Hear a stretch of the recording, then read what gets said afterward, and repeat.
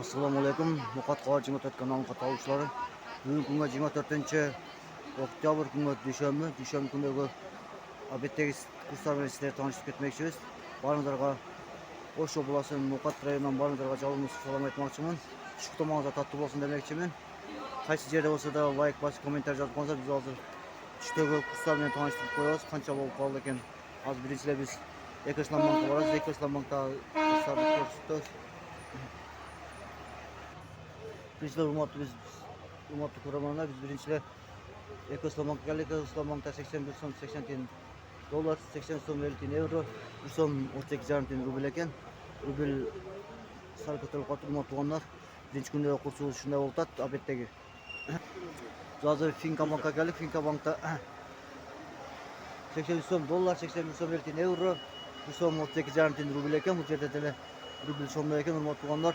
Obeddagi kurs shunday bo'ldi. Biz hozir Bakay bankka keldik. Bakay bankda 83 so'm dollar, 81 so'm 80 tiyin euro, 1 so'm 38 tiyin rubl ekan, 1 so'm 38,5 tiyin rubl ekan. Hurmatli tuyg'anlar, Bakay bankda sotib chiqyapti. Shunga qarshi qarshi o'tiramiz. Hurmatli tuyg'anlar, biz Aziya bankka keldik. Aziya bankda 83 so'm dollar, 81 so'm 70 tiyin euro, 1 so'm 38,5 tiyin rubl ekan. Bu yerda rubl var, bu yerda birde ekan, hurmatli tuyg'anlar. Muqatqor 24 kanal daima sizlerin xizmatingizda. Like bosib, kommentar yozib qo'yingizlar, hurmatli tuyg'anlar. Hurmatli tuyg'anlar, Baytushun bankka keldik. Baytushun bankda 80 so'm dollar, 81 so'm euro, 1 so'm 38,5 tiyin rubl ekan. Bu yerda rubl shundaylar tuyg'anlar. Like bosib, kommentar yozib qo'yingizlar.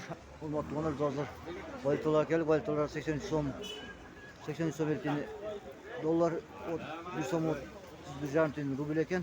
Qozoq tengasi 12 tiyin, o'zbek so'mi 72 tiyin ekan, hurmatli tuyg'anlar. Hurmatli tuyg'anlar, shunday Muqatqor 24 kanali sizlar bilan bugungi kuni qo'shishadi. Shu tomonda tatlı olsun demoqchiman. Like bosib, kommentar yozib qo'yingizlar. Qancha bo'lsa ham tinch bo'lingizlar. Muqatqor 24 kanali doimo sizlarning xizmatingizda. Assalomu alaykum va rahmatullohi va barakatuh demoqchiman. Baringizlarni yaxshi ko'rasiz. Sizlar like bosib, kommentar yozib, bittadan like bosib qo'yingizlar. Hurmatli tuyg'anlar, Muqatqor 24 kanali doimo sizlarning xizmatingizda.